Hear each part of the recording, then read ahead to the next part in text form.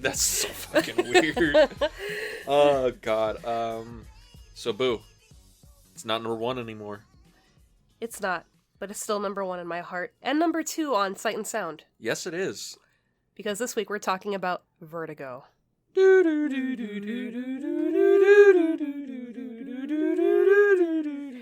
Yeah, the music in this is fire. I like the music in this. Oh my god, It's I love the music so really much. Weird. Oh, but yeah, so the new BFI Sight and Sound Top 100 Greatest Films of All Time list dropped today as we're recording. Yes. Previously, it was held by Vertigo, the number 1 greatest film of all time in For 2012. 10 years. For 10 years. But now it is Jean Delmont 23 Quai du Commerce 1080 Brussels.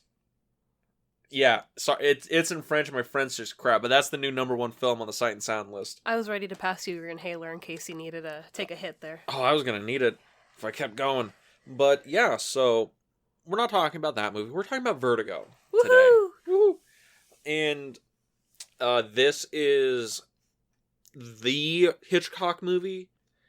It's his most Hitchcockian movie. Yeah, it has the most of his weird tropes and eccentricities and the most Hitchcocky of Hitchcock stuff in this movie. Just breathe it in, man. It's so Hitchcock. Yes. It's neither of our favorite Hitchcock movies, though. It's up there. It's like my second favorite Hitchcock movie. Yeah, well, your favorite is Psycho, right? My favorite's Rear Window, but I appreciate Vertigo. I understand why a lot of people like it. And surprisingly, it was a flop when it first came out. I know it was a flop. I don't know how big of a flop it was, though. Well, I mean, it was part of the reason why Psycho was such a hard movie to make, because it flopped at the box office, and it was kind of like, we let you do what you wanted to do, and now you really want us to let you do it again? And it was just like, no, let's move on years later where, you have more people telling you this is one of the greatest films ever made. It took a while for that to happen, because this movie comes out in, 1958? Yes, this is 58, May of 58. Yeah. And yeah, it had a really hard time. It was kind of weird going and researching the movie and finding that a lot of critics had fault with Jimmy Stewart being too old for the movie, and they thought that was the reason why it flopped. And I was just like, wow, ageist, and how can you, put that on somebody?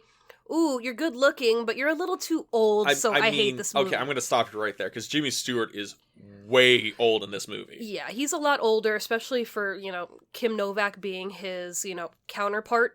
He's, I think, pushing like 60 in this? Yeah, I have it written down here. I think he's 59. Oh, let me see. Okay. He's either 59 or 49 in this movie. Oh, he has to be 59, because this comes out in 58, and he was in World War II as a pilot. Yeah. Let's see, where is it? I don't see it. Oh, here it is. He was 49, and Kim Novak was 24. Okay, that... 49? Mm-hmm. You sure? Yeah. That's wild, because... Granted, he looks like he's pushing, like, in his mid-50s in this. And that's a thing we've said before about actors of this era. They just look older. They look a lot older. I mean, health and beauty regimens are a lot better now. And the older people now look a lot younger. But it's like, man, that's a lot of heat to put on one person, because you're too old, a movie would flop. It's like... Then I can't imagine saying this movie would have flopped because of Jimmy Stewart. I think Jimmy Stewart's doing a good performance. I think the movie flopped at the time because this is a weird movie for 1958. It's like a little bit of noir, a little bit of a surrealist nightmare. It's a little bit of a romance. It's mystery. It's a lot of mystery. The thing with it that probably made it flop so hard was it was... Probably people looked at it and said, this is a sloppy, weird movie. But granted, a reevaluation, they're like, no, this is like a masterpiece. Hitchcock's masterpiece. And I mean, it's interesting to see how even Hitchcock was kind of like, yeah, maybe it was a little miscast. And seeing how he kind of took it to heart, when people didn't like this movie. Mm. And it's like, years, decades later, it's like, no, we got you. We understand your vision and what you were going for. But it's like, I also can't see it being done with any other actors. I mean, I can't see anybody else playing Scottie in this, Jimmy Stewart's part. Like, Yeah. Jimmy Stewart is great. I like Jimmy Stewart in, like, everything I've ever seen him in. Mr. Smith Goes to Washington, It's a Wonderful Life. Like, he's a really, really good actor. Rear Window. Yeah, loved him in Rear Window. But this is one of those things where I feel like everyone else is a little bit easier to recast. I mean, Kim Novak is kind of a find, right? Because she wasn't originally meant to play the part. Yeah, it was originally supposed to be Vera Miles, and, you know, it was during this time that's when she got pregnant, and she kind of had to, you know, bow out.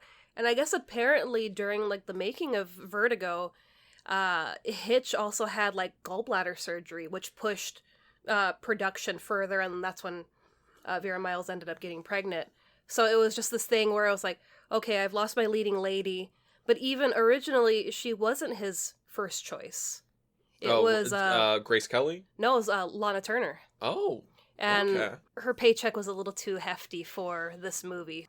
But it was pretty interesting to see, like, Vera Miles in, like, the production stills before, like, getting everything ready for Vertigo. Her and Kim Novak in character look so similar. It's creepy. Oh, well, that probably sounds right, because that's why I feel like so many of the other actors in the film could have been recast, because it feels like Kim Novak's character, Madeline. Yeah, Madeline. Judy. I'm gonna keep mispronouncing everyone's names, by the way. Well, I mean, that's what you do in general. You mispronounce everything, and then you're like... Manderley? Oh, God. Manderley? Lay? So, with Kim Novak, I feel like what Hitchcock was trying to do is create, like, a doll. Because, don't be wrong, Kim Novak does a great job once she's able to be Judy. Yeah. But as Madeline, she's just this ethereal figure. She doesn't have to do a lot of heavy lifting as Madeline. Like, all the heavy lifting in that relationship is done with Scottie, Jimmy Stewart's character, and he's really selling this obsession, really selling this kind of aged guy falling head over heels, being love struck for, like, the first time. Yeah. It's a really interesting dynamic with that. But that's why I think everyone else is a little bit more malleable. But I don't know if the cast is why the movie flopped. I think it was just ahead of its time. You think so? Yeah, I think it was just one of these films where the people who got to see it when it first came out and loved it, they understood it. And it was just, you know, people couldn't really grasp, oh, that's the same person? Wait, what's going on? Why is this happening? Do you think it's a hard movie to follow? No. I mean... The murder plot's a little convoluted.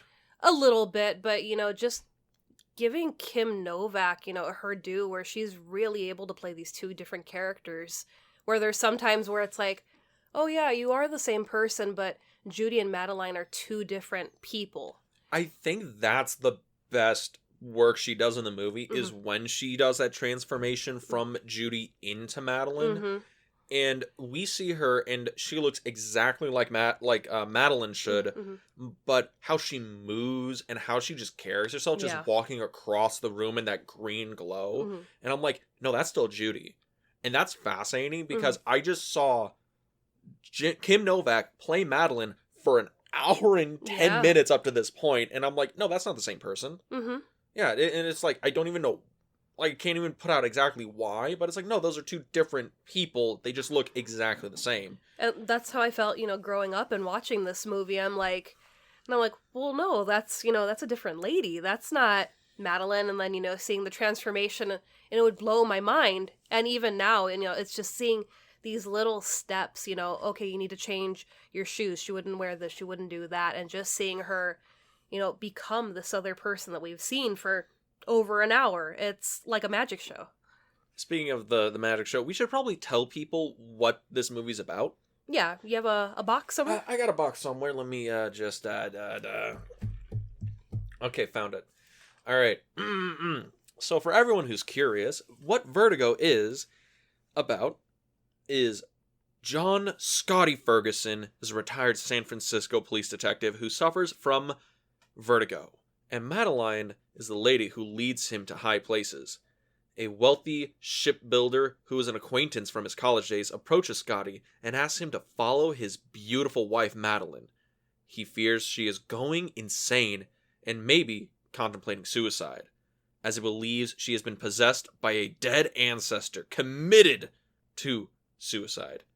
Scottie is skeptical but agrees to the assignment after he sees the beautiful Madeline.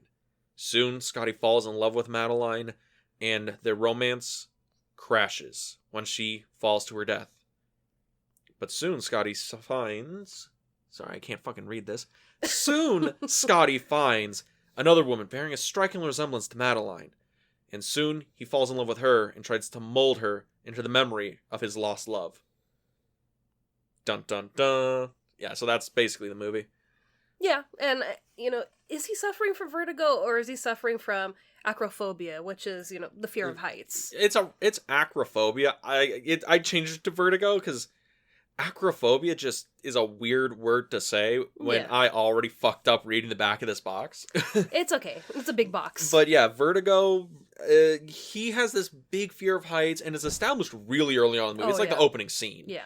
Because the opening scene of this movie is really good. Mm-hmm. Because it's this chase sequence, right? We just open on action. They're chasing this suspect over these San Francisco high-rises, and Scottie, because, afraid of heights, absolute pussy, gets a cop killed in the line of duty. God damn it, Scottie. Just fucking it up. Just fucking it up, Scottie. No, but it's a thing where Scottie slips, the officer tries to, extend his hand out to him, and the officer ends up losing his balance and falling over Scottie and plummeting to his death. Yeah. And Scottie's just hanging off the side of this building. How long is Scottie hanging up there? Does he fall off? Because they mentioned that he has, like, a cane now, and he has, like, this girdle thing going on. Did he fall off? I don't know if they say that he fell. I mean, unless it's just the injuries from jumping from one rooftop to another. Look, if you're getting injured jumping 10 feet, then I think I want him off the force. But I mean, if you're going to fall that high from a building and all you have to do is just walk with a cane and a girdle. Well, he landed on the officer. Softened his landing. I hope not. That's terrible. That's the deleted scene. Oh, there is actually a deleted scene in this movie we can talk about. Is there? We'll get to it when we get to it. Okay. But after that, we meet his ex-fiance, Midge, who's also his best friend, and who, again, looks like 10 years younger than Jimmy Stewart in this movie. Yeah, considering they went to college together, and it's just like... Very confused? Like, was he a professor? You're like, yeah, Midge, back in our old college days. And I'm like, bro, did you drive her there? Like, was she just, 18 and you were, 27? Was that how this worked out? I mean, I love Midge. She's really funny. She's, she has a lot of heart. And it's sad that it's revealed that, they were once engaged to each other. And he's like, well, you were the one that broke up the engagement with me. And it's like, well, she broke up the engagement because you weren't in love with her. Do you think that's why? I think so, because Midge is, a strong, independent woman. And it's this thing of, I could possibly have a partner for the rest of my life, but I also have to live with, he's not in love with me the way that I'm in love with him. I don't know, because Midge seems to be really close to Scottie. I think she probably wasn't in love with him. He proposed to her, right? But this gets into an interesting thought I had. I don't know if Midge is in love with Scottie more than she's just obsessed with keeping him around. Because she's, jealous that Scottie falls in love with Madeline and Judy and all this other stuff. But Midge, I don't know if she actually loves Scottie. I think she loves having the fact that, I have this guy that used to be on the hook and now, he's always following me around. No, that might be a mean take of her. Yeah, that's not the impression that I get.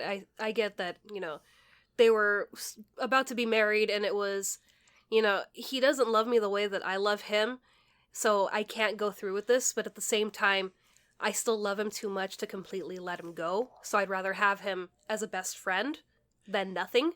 Because, how long ago were they engaged? I don't know if they say it. They just say that they were engaged in their college years, I'm assuming. So And Scotty's looking pretty old, and Midge doesn't look that old. Midge no. looks like she's like, maybe like in her early to mid 30s. Yeah, she doesn't look that old, but So we'll go with this.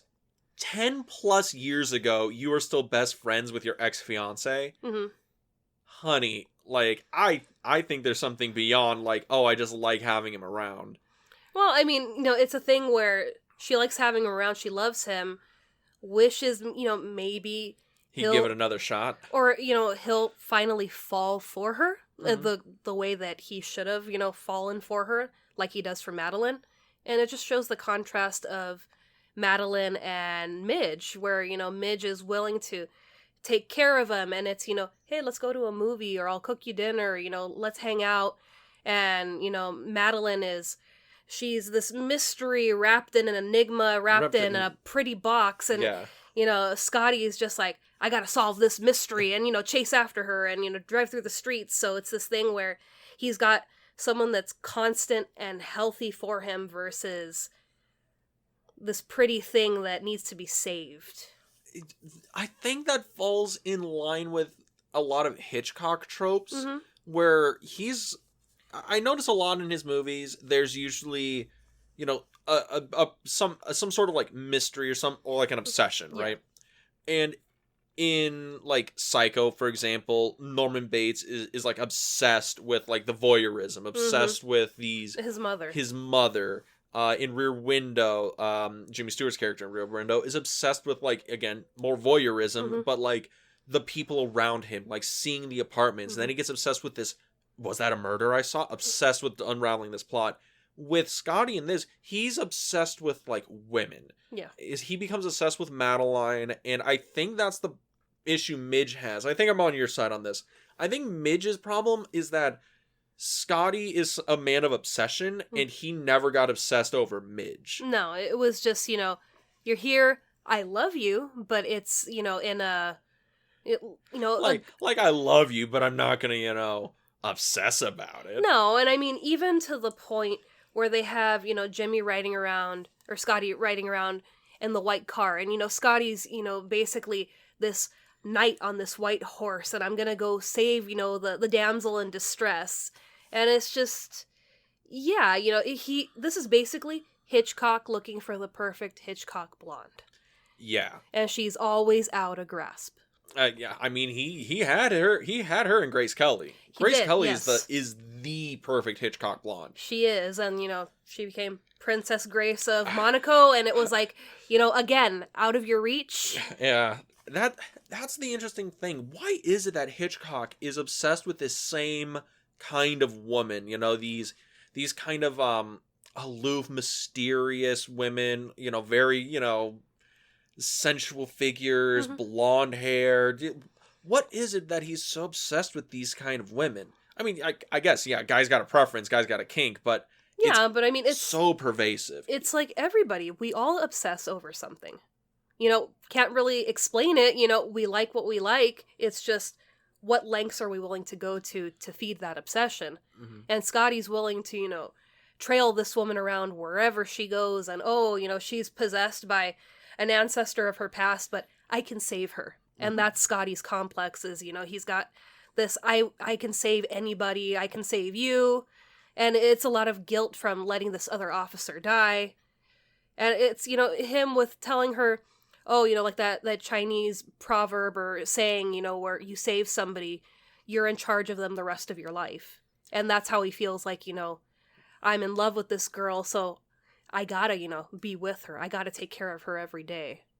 Let's talk about that, because after, we get introduced to Midge and Scotty's Vertigo, and he gets licensed up by Gavin to follow Madeline around. Scotty, follows her around, trails her. We find out that is she or isn't she possessed. But also, when Madeline actually attempts suicide and Scotty saves her, do you think Scotty, quote unquote, falling in love with her, do you think that's an organic thing, or do you think it's just him obsessed with this mystery woman, and then that develops into this pseudo romance, because we know It- from watching the movie that that Madeline is not actually in love with him at first. It's an act. it's completely man-made. I can't think of the friend's name. The one that is married to quote unquote Madeline. Gavin. Gavin. Yeah. You know. I haven't written down somewhere yet. Okay. Yeah, I couldn't remember his name. Gavin. He's the one that comes up with this plan, and he's trying to, kill his wife off. So he hires Madeline on to pretend to be her. Or Judy on to play Madeline. Judy on to be Madeline. Yeah. So it's kind of genius in a sick way that he knows his friend, so he's able to bring on a woman that will entice and check off all those boxes for Scottie. So for Scottie coming in, it's, okay, I'm doing a solid for a friend. And then it's, oh wow, she's kind of beautiful. Oh wow, I'm working a case again. I'm just newly retired, I have something to do. So it's, putting all these things into motion so he falls in love without, actually knowing it's a trap. I never thought of it like that. That is actually a genius thing, because I think a lot of people have made a comment that it's like, oh, this movie, masterpiece as it is, oh, that murder plot is like ridiculous. It makes no sense. It requires so many things to fall in line for it to work. Yeah. But that actually makes sense. Gavin, being this mastermind of this murder, he's not having Judy play Madeline, his wife. He's having Judy play Madeline, Scottie's perfect woman. Exactly. And that makes so much more sense. Oh, you're going to play this mysterious, aloof blonde. She is playing Hitchcock's ideal blonde. Yeah. And Scottie becomes the obsessive about it, and that's why he follows her to the ends of the earth. She's the Venus flytrap. Oh, that's... And he just falls in hook, line, and sinker. Oh, that's okay. Because I never thought about it like that. Because I had always looked at the movie as, she's playing Madeline, Gavin's wife, but that makes so much more sense. That works. Okay. I mean, he's trailing her, and it's always to beautiful places. He trails her to the museum. He trails her to the Golden Gate Bridge. Even the cemetery, the old cemetery, it's beautiful. There's flowers. And then... They also shoot it like he's in a dream. Exactly. Even the flower shop that you go to, they're coming in through this dirty alley, and he opens the door, and it's this... It's Wizard of Oz. It's the Wizard of Oz, and even the framing where we get that reflection of... I want to say Kim Novak, of Madeline. I mean, it is Kim Novak. It is, but... Kimmy. Good old Kim. Kim, yeah. But we get her where it's like, he's looking through a frame at her, and we're seeing her through the mirror, and it's just, everything is an illusion. And you could see why he would fall in love, because everything that she's near is beautiful. She's beautiful. Mm-hmm. So it's like, yeah, totally easy to get him in there and just, boom, he's in love, we got him, and we're gonna be able to pull off our plan, and he's not going to know what hit him. That's a genius bit of writing that is really subtle, and I really like it. Because I've watched this movie a few times. Mm-hmm. I've probably only watched it maybe like 4 times, I think. Yeah. And that's spread over like 10 years. Mm-hmm. But watching this time, starting to pick up on a lot of things, I think I always just assumed, oh, why does Scottie fall in love with, Madeline or Judy? And I'm like, well, one, it looks like Kim Novak. I think a lot of Jimmy Stewart guys would be like, I get Kim Novak if I just, bend my morals a little bit. We'll go with that. But that's an interesting thing, because their whole relationship develops so quickly, and that explains why it develops so quickly, because Madeline doesn't have to play along. No. She just has to be exactly what Gavin told her to be, which is the perfect Hitchcock blonde. Mm-hmm. Does that place Scottie in the role of Hitchcock? Yeah. Is Scottie just a direct Hitchcock parallel? Is he just an author surrogate? Yeah, because, he never found that perfect person, and, even though Scottie kind of gets the girl, loses her, gets her again, and loses her again. It's just this thing of, it's not really meant to be. And that's how it was with Hitchcock. He had Alma, he had his wife, he loved his wife.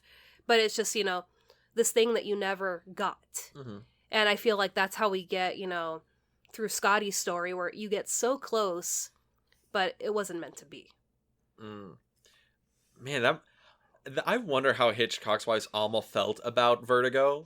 Well, I mean, it was hilarious. I read somewhere that because Alma was A consummate professional and also his like working collaborator for decades. she was his right hand, so it was this thing where they constantly worked on these projects together, and she had watched. I don't know if she watched it in its entirety, but she had said that she didn't like one scene. I think it's when Kim's by the waterfront when she's about to jump in, and she said that she didn't like it because of the way they framed her. They made her look really big in that scene, and I guess compared with the bridge, you want her to look that much more small, this tiny little thing jumping into the harbor.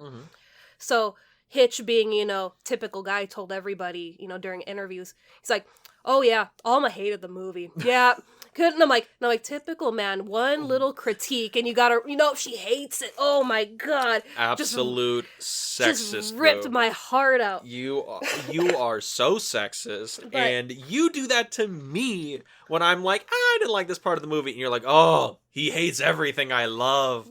Because, broke my heart. Hey, it's not just this one part. You'll go on and on. You're like, it was a fine film. It was fine and fun. You're like, oh, so you hated it? No, it was fine and fun. You're like, you enjoyed it, you plebeian. That's okay. Oh, you sweet, simple little boo. But I think Alma understood her husband and understood this obsession for the perfect blonde, whatever that meant to him. Yeah, because it's one of those things, because it comes up so often in the Hitchcockian oeuvre, right? He always has these leading ladies who are these kind of women, these ethereal blondes, right? And he has somebody of obsession in all these movies. And this is the one that's the most forefronted with it. Yeah. And it's also a thing where it plays on a lot of, like, double identities. It plays on a lot of, like, we are seeing an act, And you mentioned earlier, when Scottie looks through the shop, he's, like, she's framed, right? Yeah. Through the window. And it's like, oh, like a movie frame. We're seeing Hitchcock peer in through the visage of the movie screen, creating his perfect little world. And that's not even the first time we see that. The very first time that Scottie sees them at Ernie's, when Gavin says... and she's framed through the doorway. She's framed through the door, and you have, the beautiful red paper, and she's in this stunning green and black dress, and it's like, yeah, you could see why that attraction is built, because, color is very important, red, that is... It is so important in this movie, and that's something I saw where people were talking at the time a lot of gripe because, oh, the colors in this are so saturated and the color theory is so blunt. Because let's be honest here, like, a lot of the colors in this movie are just blunt as hell. Oh yeah. She is this green thing transposed against these very red backdrops. Scottie is this brown, demure color. He's very toned down, and she's this bright, vibrant thing in the world. And then she wears, like, this gray, which is very off-putting when you're blonde, and all these other things. And I think it's so interesting watching the movie and just tracking every time you see green, because green is this nostalgia, this thing that Scottie interprets as meaning Madeline. When Judy walks out of the bathroom for the first time dressed in her Madeline gear, she's shrouded in that green light from the neon signage. And that's a huge kudos to Saul Bass, because he was visual coordinator of this film? I know he did the title sequences. Yeah, he did the title sequences. He also did the poster. Yeah. He was also responsible for, like, the Shining poster. He did a lot of major posters. I think he directed the opening of all the Pink Panther ones, the animated ones. He did the openings for It's a Mad, Mad, Mad, Mad World. Like, he's a working guy. He did the opening for Casino. Yeah, and this was the first movie to ever use computer graphics in its opening. And it's kind of cool, like, really? Vertigo? I mean, Vertigo is... It's a movie where there's not a lot of firsts, but it's mastered all the traditions, and it's cool to see this is an actual first. Yeah, and I mean, it has so many layers to it. You just keep pulling them back, and it's like, wow, it has, these animated sequences. It has, The nightmare sequence is amazing. oh yeah. I mean, we got to see this with the Frida earlier this year. Mm-hmm. And, I'm going to jump ahead and say I recommend this movie to anybody. But it was number 1 on the Sight and Sound films of all time, and it's the number 2 right now. Yeah, I think we can recommend it. But I recommend this so much that if you have the opportunity to see this on a big screen, run to the theater to go see this, because, growing up and watching this on TV, obviously it's beautiful and it's captivating, but when you get to see it on a big screen and be immersed in it, you feel like you're part of the movie. Oh yeah, and we can even move on a little bit here, because they fall in love or whatever, and but Mm-hmm. we get to the part where she actually dies, Mm-hmm.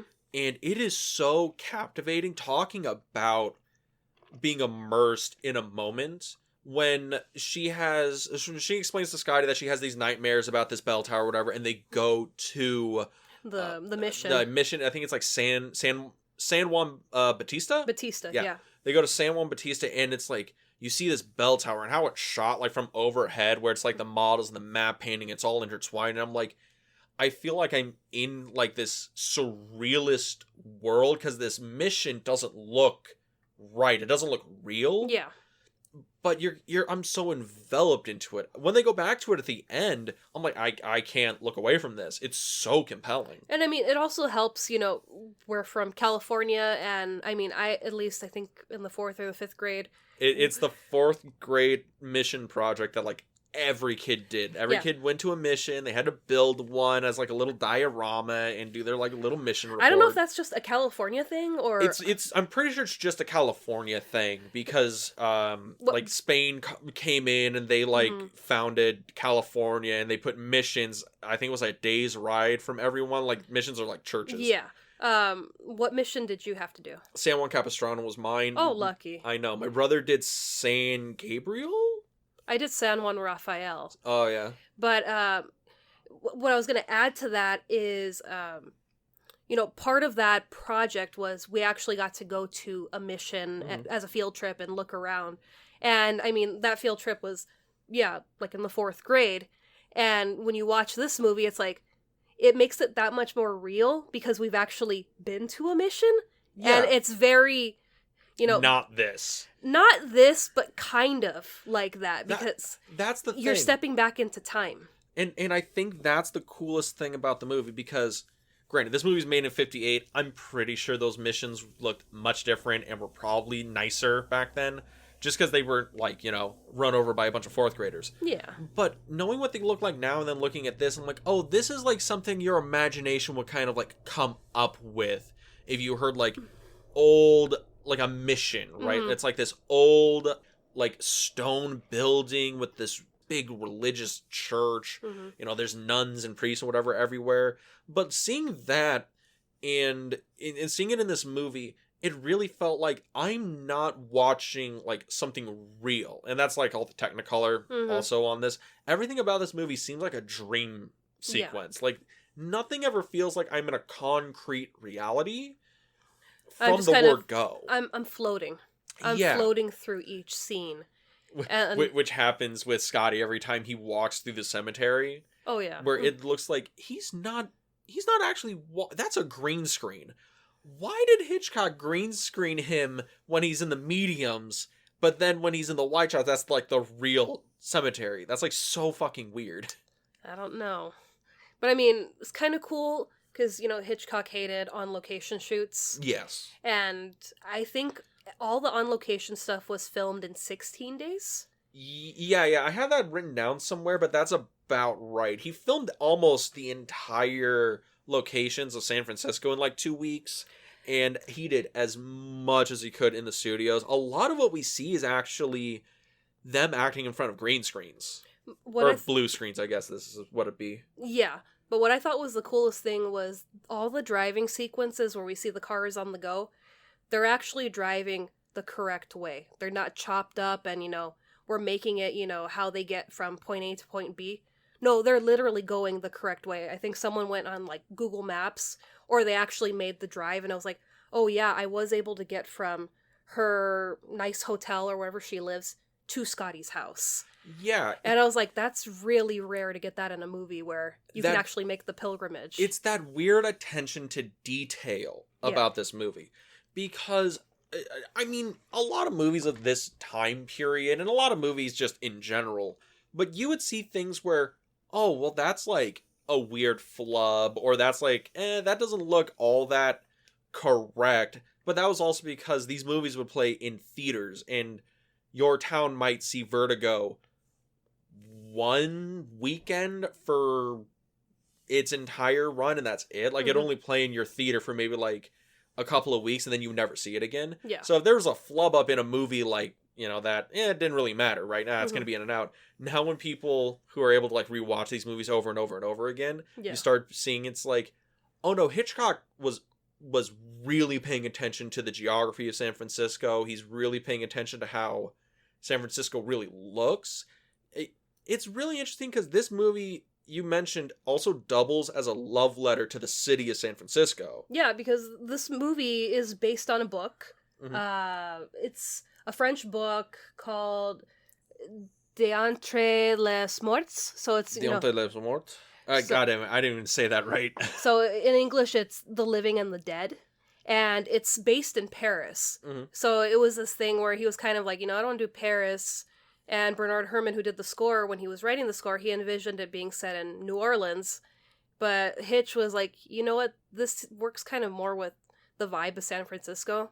I guess he kind of equated San Francisco being like the Paris of the United States because it's this metropolitan area. It's beautiful, lots of walking. There's a lot of artsy stuff. Lots of history. Yeah. And I've heard pretentious hipsters call San Francisco a European city. Oh, I don't even think of San Francisco as an American city. No, this is more like Milan or Paris, a European city. And I hate all those people. And San Francisco is kind of a shithole now, but it was pretty once. I've never been. I'd like to go visit. Mostly because they have that bucket of cookies, and I want to go get the bucket of cookies. They have a lot of good food there. I ain't gonna lie. I can talk a lot of shit about San Francisco, but they got good food. Yeah, I want to go to the wharf and like experience that. But I also have a cousin that lives up there and loves the area. But yeah, it feels like you're entering a different world, even though it's somewhere that's really not too far away from us. It's here in California. Well, I think that's the thing Hitchcock's working with. Because he's paying a lot of attention to detail, like the streets or whatever. That's a real working direction, path, and all this other stuff. There's real locations going on. And he's like, yeah, I'm showing you things that are real. Like, that's a real thing that you can look at and touch and see or whatever. Like but Ernie's. Nothing in the story is real. Ernie's is a real restaurant. Yeah. That's why I was kind of like, wow, these things are actually real. And you could go there and you could touch these things. It's like, that makes this movie... Neato. Well, neato, yeah, but I mean, it's like, it just plays in with the Vertigo where things aren't always what they seem. Yeah, everything is off kilter, Yeah, these are real places, but these people aren't real. No.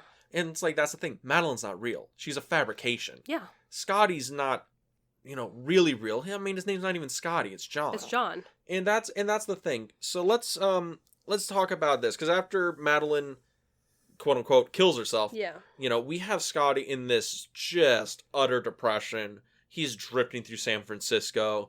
I'm imagining, he's probably, getting on the verge to go on a Jack the Ripper like crime spree to make up for his loss. And then he sees Judy. Well, I mean, he also goes through it where he's, I guess, in a sanitarium. Yeah, I think they say he's starting to suffer from like clinical depression, and he's like, he stops speaking. Yeah, Midge can't even get anything out of him anymore. And you show, again, who's the better of the two for him, where she's there and she's speaking with doctors and she's playing him music and she's visiting him, and it's like, obviously this is the right healthy choice for you, but he is just so lost in love that he can't, see, 2 inches away from his hand. Okay, this might just be me trying to find all the Hitchcock tropes in a movie. Do you think Midge is one of Hitchcock's secret gay characters? Do you think that's why she broke off the engagement with Scottie, because she knew she couldn't love him the way he loved her? That was a thought too.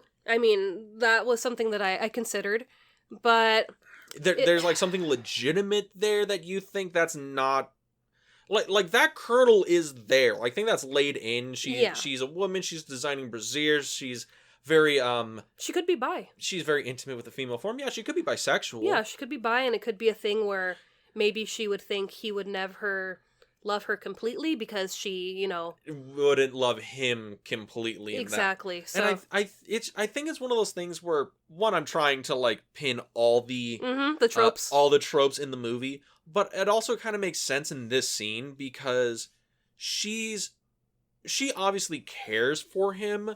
She obviously loves him, but I'm like, but why did you call it off? And I'm trying to keep answering that question, and that's the only one that kind of clicks for me, where, oh, she broke it up because she couldn't love him the way he could love her. Yeah. But it's also sad because this is the last time we see Midge in the whole film. Yeah. After that, no more Midge.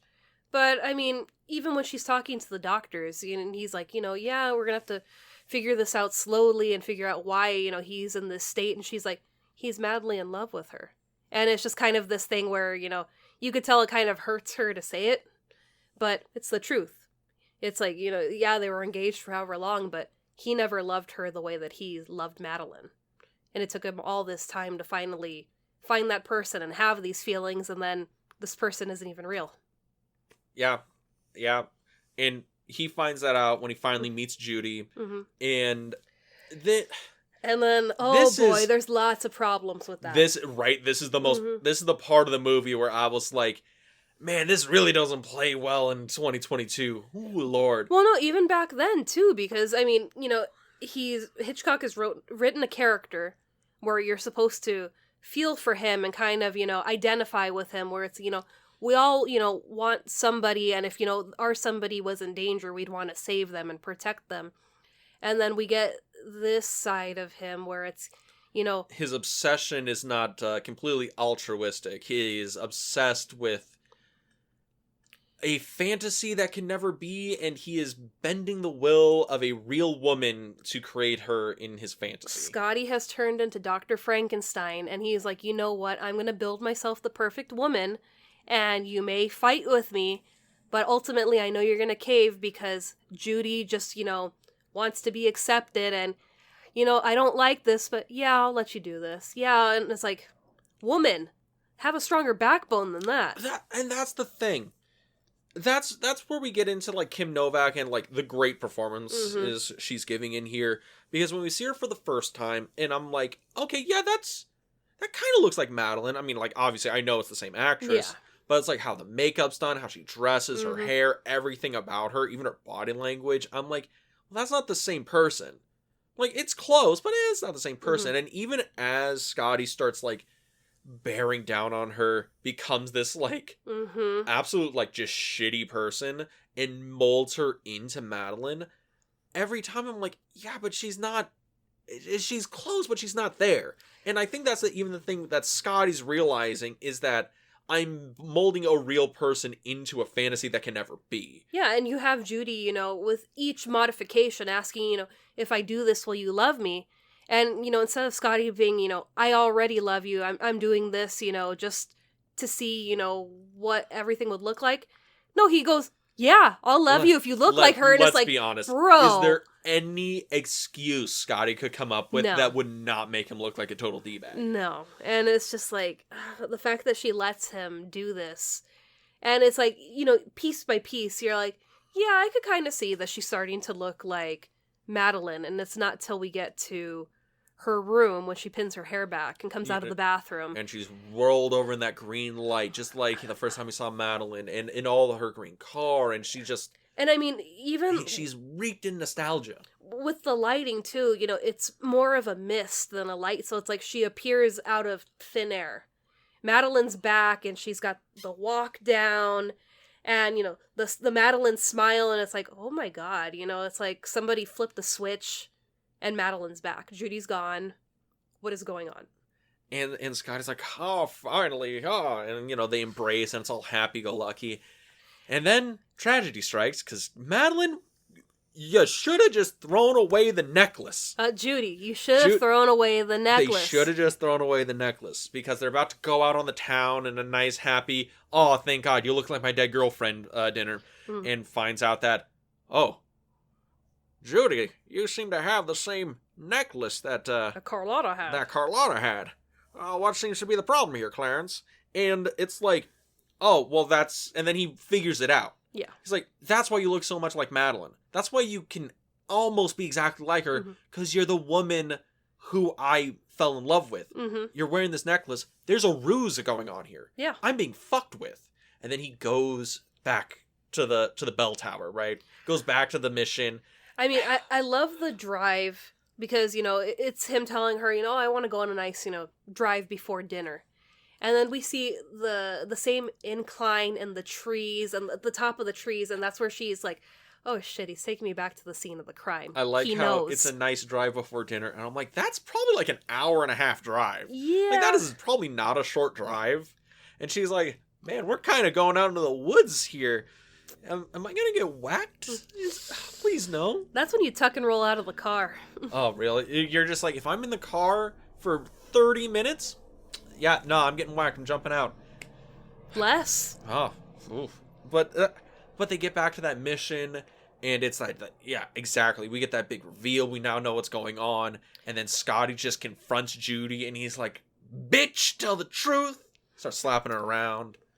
Not quite, but he's dragging her basically up the stairs of this bell tower, and she's like, oh. You've got your vertigo. You're not going to be able to go up any further. And he's like, bitch, I will. And he goes up. And then he's like, Judy, I'm cured of my vertigo. But bitch, you still lied to me. Yeah, and goes back in on her. And it's fascinating because at the beginning of the movie, Midge explains to Scottie that, hey, they say that, this kind of condition, this vertigo, this phobia, you can break these sometimes with traumatic events. And because we see him very mildly, okay, you know what? I'm going to climb up a step stool and I'm going to slowly cure myself. And, okay, let's do something a little bit taller than that. And he's like, that's great. I can look up. I can look down. I can look up. I can look down. And it's like, then he looks down and sees the street beneath him, and it's like... It's over. Yeah, and that's how I feel like when I go to a 2-story mall. I look over the side, and I feel like I'm gonna crumble into a ball. But it's just... Yeah, we're given the foreground that you need to go through something just as traumatic to snap you out of this. And this realization that he's been duped has, no, fuck you. I'm not afraid of these heights anymore. I believe as said in the movie, look here, bitch. Yeah. And he slaps her, So many slaps in your movie. I mean, let's be honest here. They were slapping women all over the place back in the 20s and 30s. Wow, rude. Boo, come on. Public Enemy, I'm pretty sure Gone with the Wind, there were some slaps. There's a lot of slaps in old Hollywood movies. But you get to the top of the bell tower. She finally confesses to Scottie what happened. It was all a plan. It was Gavin, that evil monster. He put me up to it. But I was in on it, but I wasn't planning on falling in love with you like I did. So you got to believe me that I love you. And it's just like, I know our relationship is built on a lie, but I really do love you. Please don't throw me out of a bell tower. And that's why I didn't give you too much crap about you changing my hair and my clothes. Honestly, Scottie, this woman has put up with a lot of bullshit from you. Even if she lied, that's a keeper. That's a key. Even if she, was involved in a murder, yeah, there's no coming back from that. She still looked like Kim Novak. She did, but, again, she's looking kind of fine. She was part of a murder. She put you through this mental anguish where your brain literally broke. And then wasn't planning on coming back for you. Still stayed in the same town, assumed another identity. Okay, so she's not that bright. It's just like, bruh. Yeah, Scottie has every reason to be pissed off, and yeah, I'm not going to take you back. But he does, because they embrace. It's beautiful. They're like, I love you, Judy. And she's like, I love you, Scottie. Wait, what's that shadowy figure? Coming up, and, Judy screams and falls out the fucking bell tower anyway. Yeah. it's a nun, and she's like, I was investigating the noise. Oh, well, that sucks. Let me ring this bell. Dong. Ding. Scott is like, no, like he's Darth Vader, and yeah, that's the movie. But yeah, why are what is up with the nun? Well, I mean, she lives there. She works there. It's just like, yo, we had somebody that just jumped out of this bell tower and died. Like, I think he said it's been a year completely. So, Yeah. about a year ago, someone did this. So I can see, oh, hey, this is a mission. There's suddenly a car out here. Let's go investigate the tower in case someone else gets the same genius idea of let's hop out of the tower. And I understand that, like, practically in the universe of the movie, but I'm like, that's really how you end your movie? Spooky nun appears out of the darkness, and Judy's like, well, fuck this noise, and jumps off the fucking top of the bell tower? Well, apparently it's also the only one of Hitchcock's movies where the killer doesn't get, Yeah, it doesn't get caught. or get into any trouble. Actually, speaking of deleted scenes. That's right. You did mention a deleted scene. Yes, so the deleted scene is actually a alternate ending. And the alternate ending of the movie, let me see, so I can tell you exactly what it is. I think that was on your DVD that you let me borrow. Oh yeah, it comes out in all like the DVDs and the Laserdisc and the Blu-rays of the movie, because they found the footage. And you can watch it. It's a whole different tone from the last part of the movie. So what it is it shows Midge at her apartment listening to the radio report that says Gavin is being tracked across Europe, gonna be taken into custody, right? Yeah. And then when Midge switches the radio off, Scottie comes into the room.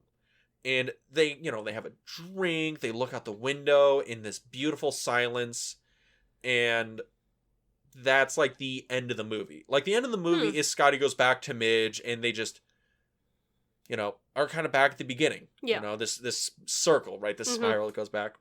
But the thing is that was pushed by the production code, because they were like, Gavin needs to get caught, or at least an implication that he's being chased. We need a happy ending. We need it to be clear.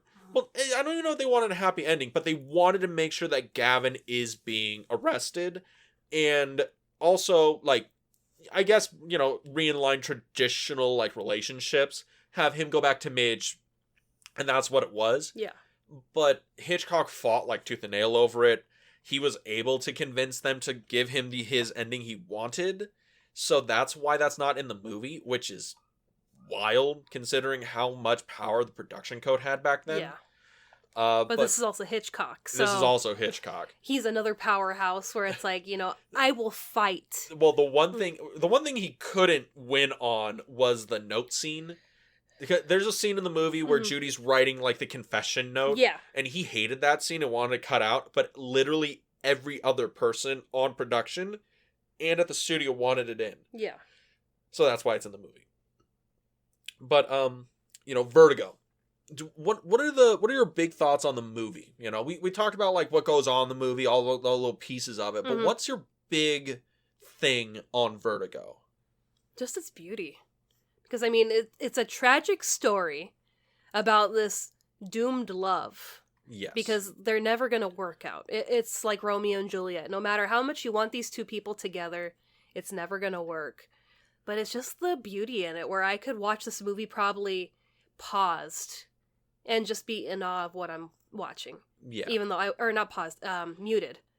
But then again, I wouldn't want it muted because the music is just... The score is just a really strong component and other character in the film. Oh, yeah. I mean, Bernard Herrmann, every score I've heard him, like, create carries with it this, like, emotional factor that you can really feel a lot of the character in the music. And, I mean, he's done a lot of, masterpieces. He worked on Psycho. Taxi Driver. But the score to Vertigo, it's kind of up there with me with, like, Lawrence of Arabia, where it's just this larger-than-life piece, and it's able to basically take you to another world. You feel like you're there. You're one of these characters in this world. And it was kind of interesting to see Bernard Herrmann's inspiration for this score, because he was actually inspired by Richard Wagner's Tristan and Isolde. The fuck is that? Well, Is Tristan that and a Isolde, movie? it's a book, but where he's getting this from, I guess, is from the opera. And I've never seen... We're a movie we don't talk about opera here. That's way too highbrow for us. I mean, I've got my operatic pieces that I like, but I just, you feel the emotion in the score of the movie, and it's interesting that Bernard Herrmann was inspired by another doomed pair of lovers where you just want them to be together and it's never going to work. And that's what we get with this movie. It's the thematic element of the movie that influences the thematic elements of his score, and we really get to feel a lot of that through the music, because, like, that's the thing. Music is the greatest direct line to, like, human emotions that we've been able to figure out. And it's just so well done in this. Oh, yeah, and I kind of did my own experiment with the music of this movie. So I think a couple months ago, I went to my best friend. She's never seen this movie, and I kind of wanted to get an outsider's perspective. So I gave her... Because you listen to music scores like others people listen to pop music. Oh yeah, you go through my Apple Music list, and it's a ton of scores. Is your Spotify roundup gonna be like Lawrence of Arabia, Vertigo? A few years ago, yeah, it was a lot of scores, and it would be like, some modern music, but it would be like Psycho and... I want to imagine Psycho by Bernard Herrmann, Vertigo by Bernard Herrmann, Hit Me Baby One More Time by Britney Spears, Lawrence of Arabia. I'm like, what the... The Weeknd, Ariana Grande.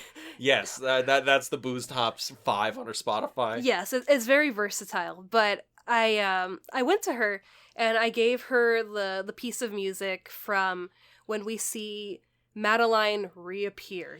Judy is now Madeline, and she's walking to Scottie, and it's that beautiful piece of music where we've been hearing it throughout the movie, and it's just building and swelling until they finally kiss, and it's like everything makes sense. It's that piece. So I sent it to her. No context. I just told her, hey, listen to this song and tell me what your opinion is. And she, gave her some time. She listened to it. And she's like, that was so beautiful. She's like, but, I felt heartbreak. And then I felt happy. And it's just this intertwining mix of, emotions. And I'm like, you've never seen the movie. And that's basically what this movie is. It's gut-wrenching, emotions and, some joy in there, and it's just like, wow.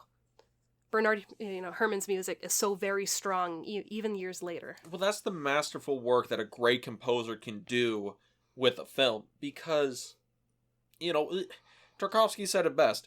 What you can't do visually, you do with music. Yeah.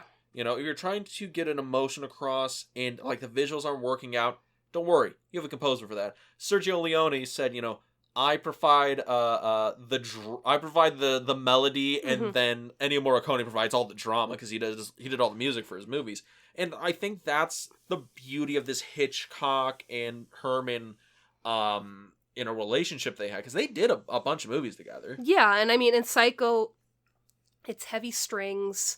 It's basically like Jaws, where we're picking up on the music cues to bring us to the next kill. And in this movie, we're just being kind of pulled into this it's not a lullaby, but with the way that the movie's kind of dreamy, the music kind of carries you too, and it just carries you in and out of each scene until we hit this, big climatic moment where Madeline's back, and it's just, everything we've ever wanted is in this scene, and that's how the music conveys, where it's just, you finally have what you've been looking for. It makes me so happy. I love the music in this movie. Yes. But so much of this movie just works in silence. Yeah. When he's tracking Madeline, when they're in the redwoods, like, you get a lot of visual information. Like, this was made like a silent movie. And I will say that, yeah, this movie is a feast for the eyes. It's an incredibly beautiful movie. But it's interesting how you say it's a story of a doomed romance, because this is the story of a guy obsessive over being in love with something that not only isn't real, could never be real. He's obsessed with a fantasy. And it's like, I don't know how I feel about Scottie at the end of the movie. Yeah, because, I mean, it's built in, you feel empathetic for Scottie and you want him to be happy, and then seeing how he lets the bad parts of him take over, and it's, I'm gonna make you who I want you to be, and it's just like, what happens to free will? Well, what happens about the care of the other person? Yeah, I mean, this girl, crushed your heart, and it's like, okay, well, I'm gonna rip yours out, and, you're gonna be mine. Mm. And it's just like, damn, Scottie. It's like, I really liked you in the first act. The second act, it's like, whoa.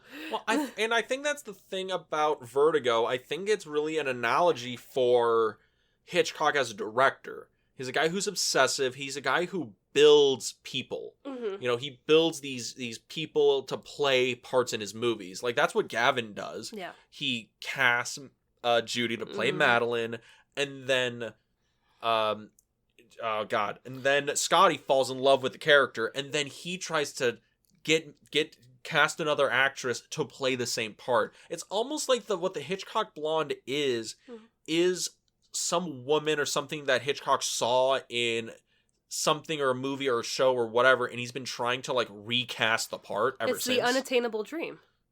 Yeah. It's like, no matter how far you chase it, you try to make it a reality, it's not real. And I mean, even Scottie was cast because, he needed a cop to be there and kind of vouch for, yeah, my wife, she was kind of losing it. And, I wanted this guy to follow her around to make sure she was safe, and also to make sure that she actually was crazy and wasn't just faking it to try and get at me. And, Scottie does have this, phobia of heights. So, of course, if she jumps from a high place, he can't save her because he can't go up that high without, just crumbling into a ball, on that tower leading up to where Madeline is. This is a movie that I think works so well as a Hitchcockian piece, Mm-hmm. as this piece of the obsessive artist, the obsessive director. I do think the movie has its flaws, but I feel like the flaws of the movie are things that just make it more charming and work better. Yeah. Like, I made a point that's like the murder scheme's a little convoluted. Yeah. And like, let's be honest, it really is. I'm gonna find this total stranger. Well, I think she might be his ex-mistress. I'm gonna find this woman to play my wife, and then convince this phobic detective to fall in love with her, Mm-hmm. and then set her up into position where they're gonna go up to this mission, and then I'm gonna throw my real wife out the window, Mm-hmm. and it's gonna be so perfect he won't be able to tell, and I'll have a witness of the whole thing. My wife that's already dead. My wife that's already dead, who It's like where if she's your wife, you live with her, you could just, help her, make it look like, a suicide where, she was consuming a lot of sleeping pills or something like that. Or it could have been simple, cut the brakes on her car. I mean, that car. That green. Oh my god. I made a note. I had to search for that car because I love cars. I'm terrible with car names. But I mean, this car has been... In your dreams. This car is basically my Madeline. It's just, it haunts me. What's the car? But the car that Madeline drives is a 1957 Jaguar Mark 8 in green. And my god, I love that car. Would you hate Gavin more if he cut the brakes on that sucker and that's how he killed his wife? I would, because that's a beautiful car to destroy. It's a very beautiful piece of machinery. Yeah, I mean, my grandparents, on my mom's side, they actually had a green car. Obviously not a Jaguar. I'm not sure what kind of car it is. I've only seen it in pictures. And I fell in love with it back then because it's a striking color, beautiful car. And then seeing this movie, and I'm just like, wow. I'm like, that is the stuff that dreams are made of. But even Jimmy Stewart, his character, he drives a 1956 DeSoto Fire Dome Sportsman hardtop coupe. And I mean, I was looking at him like, yeah, that looks kind of like a Scottie car, classic, kind of, something you'd see in a film noir, except the car is in white instead of black. I got a question for you, because, obsessed with cars as you are. Yes. The movie, you said, looks like a noir car, but not really. Do you think this film qualifies as a film noir? Because that's something of actual contention with people. I think so. I think that there's a little bit of film noir in this. Um, Well, all of its theming and how the movie plays out falls in line with film noir. It's just none of the visual cues of film noir are in it. And that's why a lot of people have issue with it. Yeah, and I mean, I'm notorious for loving my black and white. I love black and white photography, film noir. And with this movie, it's like, yeah, it wouldn't have been done any justice if it was filmed in black and white. This film needed to be in color. I mean, I know that people had problems with the saturation, but it's like, I think this movie needs it. And I think it really does. And I think, you know, it's okay that, you know, a film noir kind of embraces the lighter colors in life. Because, I mean, you still have the heaviness of the characters, and it kind of works as a good contrast. It's a heavy, dark movie. Yeah. But it looks like it's a fucking musical. And I think that's another thing. It's the dichotomy of this guy, Scottie, you know, on the forefront, he's this, you know, oh, shucks, detective, you know, he's Jimmy fucking Stewart. And then underneath that, he's this obsessive madman. I mean, considering they kind of try to make him as vanilla as possible. I read somewhere that he wears, like, I think 4 different colors in the movie. Mm-hmm. And they were saying that his styling was professional bachelor of that, you know, of that era. And it's like, yeah, you know. He's the everyman. He's the everyman. You know, I've got, you know, a couple of suit jackets in different colors for different reasons. And then you have Madeline, who's, you know, basically this porcelain doll. She looks like she's created in a lab. Well, I was actually going to say clothes. Like a secret garden where you walk in and there's just beautiful colors, you know, of different flowers and trees, and it's just this thing where, you know, that Wizard of Oz moment where you step through the door and you're surrounded by color and life, and it's just you try to take it all in, and that's what Scottie's trying to do, and he's kind of trying to step into that even though he's not that kind of person. Man, this is a really good movie. It is. And I mean, the music in this movie, I swear. I mean, it's up there with... Well, not quite, but... it's close enough. But it's up there with, like, Lawrence of Arabia, where it's Lawrence of Arabia score is so good. Where, you know, it's, you know, a piece of music that you hear, and it's, you know, something that doesn't easily leave you. You know, once you hear it, you're stuck with it forever. Yeah, it's one of these movies that is incredibly haunting with all the production design, with the music, with the theming, but I guess here's where we're at the point. What are your final thoughts on Vertigo? Alfred Hitchcock's most Hitchcockian Hitchcock that ever Hitchcocked. Hitchcock. It's kino. It is cinema. It is cinema. No, I mean, it's just one of these movies that, even though it's dark and it's heavy and it's depressing, it makes me feel alive. And I feel like, you know, I could be watching this in a dark theater, but realistically, I'm walking down those streets of San Francisco. I'm in the redwood forest. I'm, you know, being transported different places. And even though it's sad and depressing, it makes me happy to watch it. Oh, yeah. When I was watching this movie last night, I like stopped taking notes halfway through and just like put the notebook aside, and I'm like, I'm just engrossed in the movie. Oh yeah. It is the craziest thing watching it, because usually I'm like really good about like, okay, we'll, like, watch the movie and I'll jot down a note or two or whatever, and it's like I'm pretty good about maintaining that routine. But like halfway through the movie, I'm like, I can't not look at this screen. It's so engaging. It's so enthralling. It demands your attention. It does. And I think that's the beauty of Vertigo. It's just so captivating. Mm-hmm. Like Madeline, like Judy, it's just, I'm like Scottie. I'm just so captivated with this thing. And I can't let it go. But that is Vertigo. I did have a piece of trivia. You had one more trivia? Yes, because you've been trying to cut me off this episode, and I have a lot of trivia. No worries. Okay, welcome to the Booze Trivia Corner. But, you know, I watched the DVD that you let me borrow, and it has bonus features, which any DVD that has bonus features is... You're going to watch all of them? Oh, absolutely. So, originally I thought it was the making of Vertigo, but it was actually the making of the restoration of Vertigo. Yeah. So this was happening during the early 90s where Universal, a team there got to pick a film to restore, and 2 people there decided to restore it. Robert A. Harris, and James C. Katz, and they worked on a 70 millimeter print of Vertigo. And I thought it was cool that, they were able to go to Paramount and they were able to find the score completely intact, so they were able to drop that in and, cleaning it up and doing some Foley work.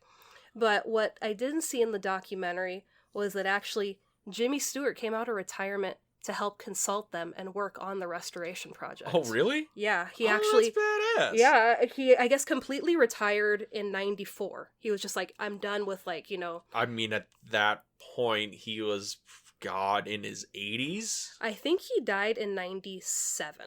Yeah, that sounds about right. So, this is, getting towards the end of his life. So, no more, doing, interviews and stuff like that. No more old Jimmy Stewart out here. No more old Jimmy Stewart. But, yeah, he actually stepped out of retirement to help, consult and assist them while doing the restoration of this film. And I guess that's, the major staple restoration that we've had to work on to get the one that we currently have right now. Yeah, because this was one of those movies that was... Because there was, a bunch of movies back in, the 80s, back in, the 90s, when people look back at classic cinema, and it's Lawrence of Arabia was, really chewed up, Spartacus was really chewed up, a lot of Hitchcock movies of this era were pretty much dissolving, just because people didn't take care of movie stock back then. This was also one of the 5 Hitchcock movies that disappeared. Oh, really? Yeah, it was a thing where 5 movies of Hitchcock completely disappeared from theaters and... public record, basically. Yeah, and I guess they were given to his daughter, and it was just kind of, laying there. So Vertigo was one of them, Rope, Rear Window. So it was after a while where she was like, you know what, we're getting a new audience, we're going into the 80s. It's like, why don't we, re-release these? And it just, like wildfire. People were running to go see Vertigo. Well, I guess that makes sense, because Vertigo, when it came out, was a flop. It was a flop, And it was a movie that I think a lot of critical consensus at the time said, oh, this is a bad Hitchcock movie. And it took God, I want to say 20, 30 years after the fact before people were like, no, this is a good Hitchcock movie. And then it was like, okay, it might be a great Hitchcock movie. And then it was, is this the best Hitchcock movie? And then, is this the best movie of all time? Well, apparently, a couple of months after Jimmy Stewart died, one of the theaters in San Francisco, they decided to play Vertigo, over a weekend, just to kind of hey, Jimmy Stewart passed, let's do this as an homage to him. Mm-hmm.